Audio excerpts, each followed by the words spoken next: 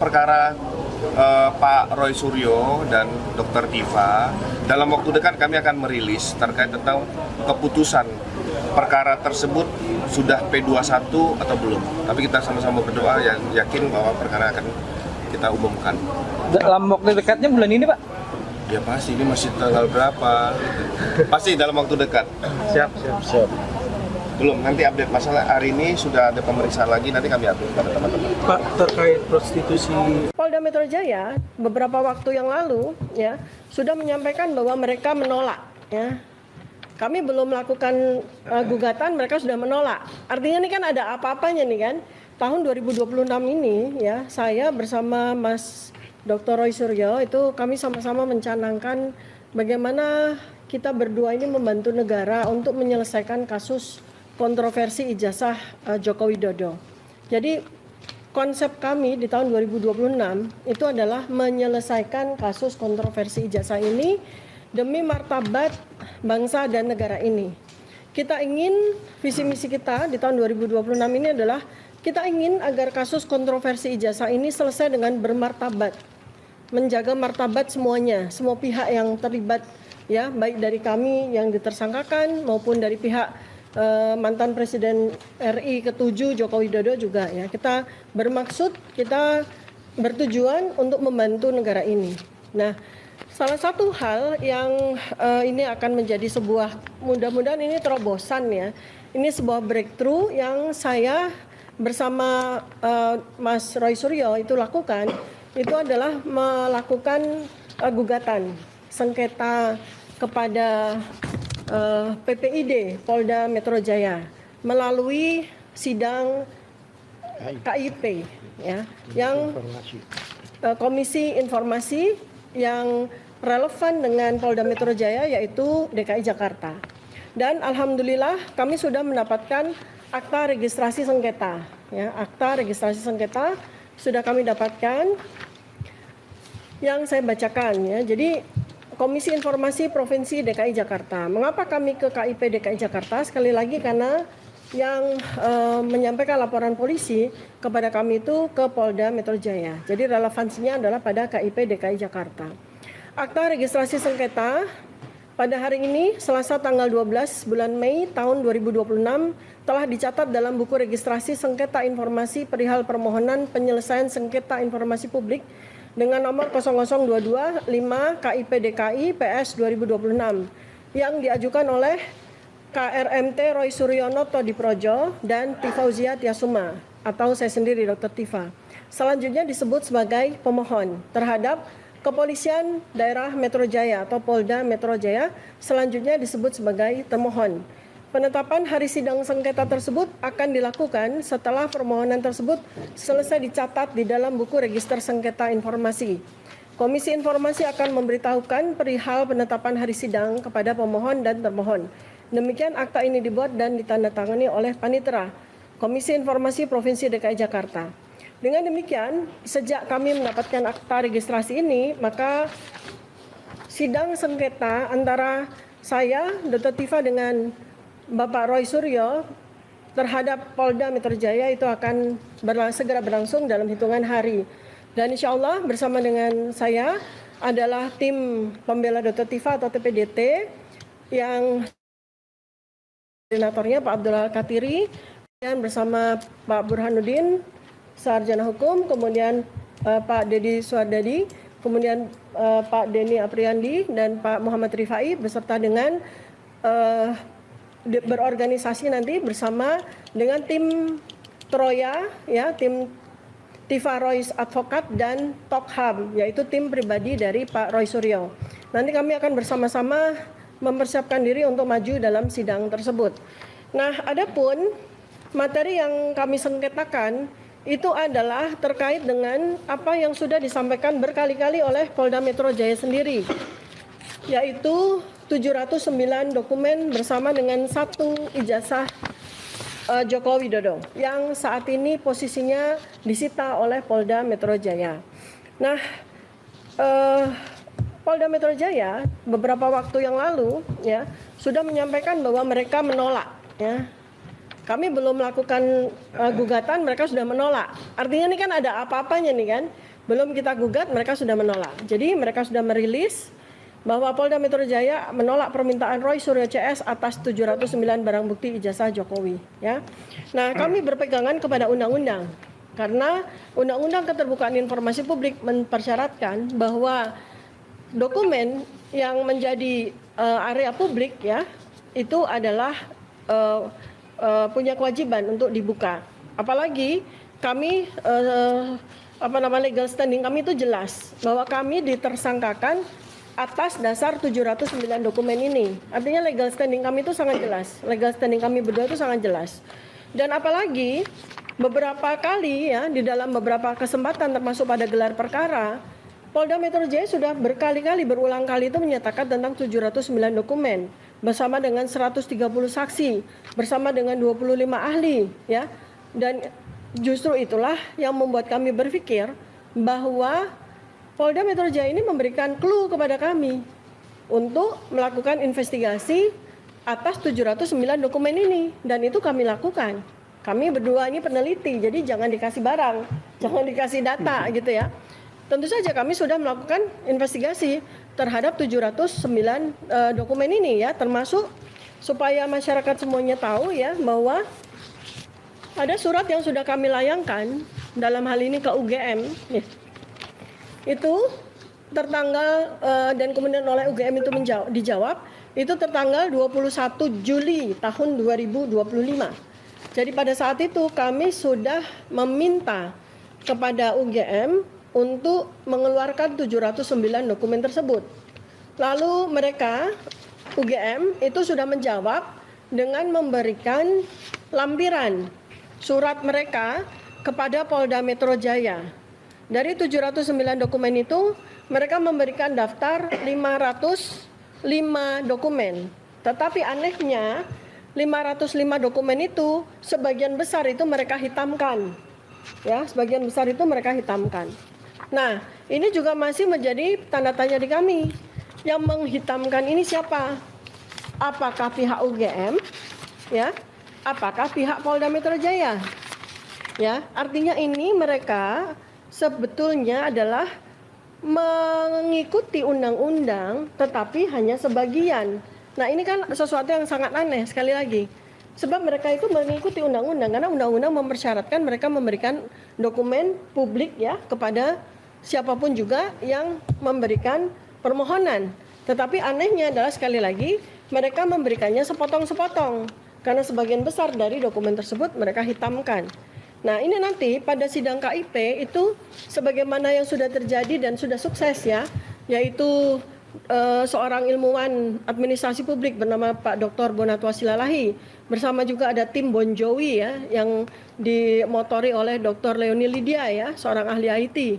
Itu juga sudah melakukan hal yang kurang lebih sama tetapi dengan konsep yang berbeda. Tujuan mereka adalah ijazah ya, dan kemudian mereka diberikan keberhasilan yaitu ijazah itu keluar kan gitu ya. Nah, sekarang untuk kami sendiri, kepentingan kami berdua, saya dan Mas Roy Suryo adalah 709 dokumen ini. Ya, 709 dokumen ini, dan analoginya adalah kalau Pak Dr. Bonatwa Silalahi, Ibu Dr. Leoni Lydia dan kawan-kawan Bon Jovi itu mendapatkan hak wewenang sebagai warga negara untuk mendapatkan dokumen yang mereka minta, maka tentu saja di sini pun analogi akan berlangsung. Sehingga kami pun juga insya Allah demi kepentingan masyarakat, demi kepentingan bangsa dan negara ini kami akan bisa mendapatkan 709 dokumen yang ditolak oleh Polda Metro Jaya. Nah, oleh karena itu maka kami maju kepada sidang sengketa KIP ini. Dan tujuannya adalah mudah-mudahan dengan cara ini maka kita bisa bersama-sama menyelesaikan kasus ini dengan cepat. Karena sebagaimana juga yang sudah saya sampaikan juga pada salah satu sosial media di X saya sampaikan bahwa kunci penyelesaian kasus kontroversi ijazah ini terletak pada 3C. Ya, 3C. Clean, clear, credible. Ya. Jadi clean dokumen, ya. Clear prosedur dan credible saksi dan ahli. Kredibilitas saksi dan ahli. Dan itu yang akan kita kejar sampai kasus ini selesai, ya. Nah, pada kasus sengketa yang nanti akan kami majukan pada sidang KIP ini kita berhubungan dengan clear dokumen, ya. Jadi dokumen yang 709 dokumen ini harus clear betul. 709 dokumen ini harus clear betul. Maka pada tahapan pertama yang kami minta, jadi kami akan step by step ya, bukan langsung begitu aja.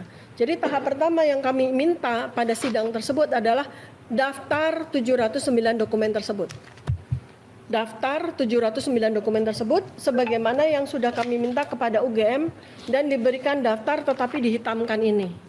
Nah, dari daftar ini ya sebagai peneliti dan kami juga sudah punya network dan sudah kami mulai ya penelitian kami terkait dengan 709 dokumen itu, maka insya Allah kami akan membantu negara ini untuk membuka misteri maupun jawaban-jawaban yang diperlukan untuk menjawab kontroversi yang terkait dengan ijazah mantan Presiden Joko Widodo ya. Itu. Lalu berikutnya sebelum nanti kepada para PH, saya sampaikan bahwa sesungguhnya permintaan kami itu tidak mengada-ada. Satu, jelas ada undang-undangnya, ya nanti Pak Al-Katir akan sampaikan undang-undangnya. Kedua adalah hak kami sebagai tersangka. Jelas sekali kami punya legal standing. Kedua adalah hak kami sebagai warga negara yang mendapatkan perlindungan undang-undang keterbukaan informasi publik. Ya. Kemudian yang ketiga adalah kita semua 280 juta rakyat Indonesia ini sudah tersandera semua dengan kasus ijazah ini. Ini di luar dari persoalan kriminalisasi atau ancaman pidana dan segala macam. Yang itu pun juga sudah kami lakukan penelitian ya, dan kami juga sudah bisa menjawab dalam hal itu. Nah, tetapi dalam kasus ini maka kita nomor satu itu akan melakukan clearing terhadap dokumen ini. Kita akan membuat dokumen ini sejernih mungkin, sebenar mungkin ya. Termasuk pertanyaan-pertanyaan yang sudah kami siapkan, andai kata memang nanti Polda Metro Jaya bersikeras ya, artinya atau pihak Joko Widodo bersikeras untuk membawa kasus ini ke sidang pengadilan, kami dengan senang hati akan menyampaikan hasil penelitian kami terkait dengan 709 dokumen. Dan pertanyaan-pertanyaan yang akan kami sampaikan kepada Pak Joko Widodo. Pertanyaan-pertanyaan yang akan kami sampaikan kepada semua institusi yang terlibat di dalam polemik ijazah ini ya. Bukan hanya UGM, tetapi juga sekolah SMA-nya, SMP-nya, SD-nya, murid-murid yang ada di sana, guru-gurunya, dosen-dosen, tendik, orang-orang yang mengaku sebagai teman-teman Pak Joko Widodo mulai dari teman SD, SMP, SMA, kuliah, tetangga, keluarga, dan semuanya kami sudah persiapkan dan kami sudah tahu jawabannya. Karena investigasi kami, penelitian kami sudah cukup lengkap terkait dengan 709 dokumen ini. Nah, oleh karena itu sebetulnya awal mulanya ya, kenapa kami melihat bahwa kasus ini harus dibantu nih oleh kami para peneliti untuk selesai. Sebab sebetulnya clue dari 709 dokumen ini ya, masyarakat Indonesia supaya tahu, clue-nya itu adalah pada tanggal 22 Mei 2025. Clue-nya di situ. Karena pada saat itu adalah konferensi pers yang dilakukan oleh Barreskrim, ya, Mabes Polri, dalam upaya untuk menghentikan dumas aduan masyarakat dari TPUA. Mereka mengadakan konferensi pers dan mereka mempresentasikan setidaknya 55 dokumen dari 709 dokumen yang saat ini ada di Polda Metro Jaya, ya. Oleh karena itu maka 55 dokumen itu yang sudah dipresentasikan oleh Barreskrim itu sudah menjadi dokumen publik. Nah, dengan demikian maka 664 sisanya itu pun juga seharusnya menjadi dokumen publik. Ya. Asumsinya adalah kenapa Barreskrim waktu itu hanya mempresentasikan 55 dokumen saja dan bukan 709 dokumen? Karena soal waktu. Ya kan? Karena soal waktu, karena mereka membatasi waktu untuk presentasi. Seandainya tidak, mungkin mereka akan menyampaikan 709 dokumen. Sehingga yang kami minta itu tidak mengada-ada sekali lagi. Yang kami minta itu jelas, clear, dan kita bersama-sama kepolisian dalam hal ini sama-sama membongkar tentang kontroversi ijazah ini. Kemudian dari selain 709 dokumen itu, satu dokumen yang kami minta adalah ijazah Joko Widodo. Ya, jadi tetap kami minta ijazah Joko Widodo karena sampai dengan hari ini ya, sungguh pun Polda Metro Jaya menyatakan bahwa berkas itu sudah untuk yang kedua kalinya diserahkan kepada kejaksaan ya, tetapi dalam hal ijazah ini masih banyak sekali persoalan, apalagi ketika KIP ya sudah meminta kepada KPU Surakarta, KPU Jakarta maupun KPU Pusat untuk menyampaikan salinan ijazah Joko Widodo yang digunakan untuk mendaftarkan diri menjadi wali kota Surakarta waktu itu 2 kali 2005-2010, kemudian untuk menjadi gubernur DKI Jakarta dari kader PSI yang namanya Dian Sandi ya. Saya mengesampingkan karena itu bukan, saya anggap itu bukan fakta. Yang saya perhatikan, yang saya jadikan sebagai sebuah evidence ya atau data ya, itu adalah pertama adalah versi ijazah yang dikeluarkan oleh UGM sendiri secara resmi. Dikeluarkan waktu itu oleh Dekan Fakultas Kehutanan UGM tahun 2022 bulan Oktober. Kemudian setelah itu adalah dokumen yang disampaikan, 2 dokumen yang disampaikan ya, 2 jenis loh ini. 2 versi ijazah yang disampaikan oleh Bareskrim. Versi pertama adalah versi yang ditampilkan di layar ya, di layar. Ini versi pertama dan ini versinya beda. Dan kemudian versi kedua yang ditampilkan di pojok yang dipegang oleh kerabat dari Joko Widodo. Ini juga versinya beda. Selain itu tambahan lagi adalah versi ijazah yang dikeluarkan oleh KPU.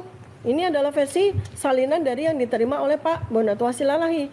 Nah, inilah yang membuat kami bersemangat sekali ya untuk menyelesaikan kasus kontroversi ijazah Joko Widodo karena kami sudah mendapatkan jawabannya ya. Nah, jadi itu yang pertama kali untuk saya sampaikan kepada masyarakat Indonesia melalui media-media yang hadir ini adalah bahwa kami sekarang di tahun 2026 akan melakukan sebuah breakthrough atau terobosan, yaitu kami melakukan sengketa kepada Polda Metro Jaya dalam kaitan dengan 709 dokumen. Dan insya Allah apa yang kami lakukan ini bukan hanya sekedar untuk membebaskan kami dari belitan kriminalisasi yang tak berujung seperti sekarang, bukan, tetapi betul-betul demi martabat bangsa dan negara ini, serta menjaga marwah dari keadilan berdasarkan undang-undang negara yang kita cintai itu ya. Kemudian yang kedua ya, ini mau dibahas dulu tentang ini pasal-pasal atau langsung? Pasal-pasal. Oke. Yang kedua adalah tentang bahwa pada tanggal 30 Maret ya, saya termasuk saya itu menerima salinan ya, menerima tembusan itu tanggal 30 Maret ya 2026 itu tembusan dari Polda Metro Jaya ya 30 Maret 2026 kami menerima tembusan ya yang ditujukan kepada Kajati Daerah Khusus Jakarta. Ini menarik sekali karena ternyata surat tembusan ini adalah sprindik baru, surat perintah penyidikan baru ya, baru yang berbeda dengan sprindik lama yang berjalan sejak 30 April 2025, di mana kami mengikuti selama 1 tahun itu ya, mulai dari kami diperiksa sebagai klarifikator untuk mengklarifikasi, lalu naik menjadi saksi, lalu naik lagi menjadi terlapor, lalu naik lagi menjadi tersangka. Itu adalah berdasarkan sprindik lama.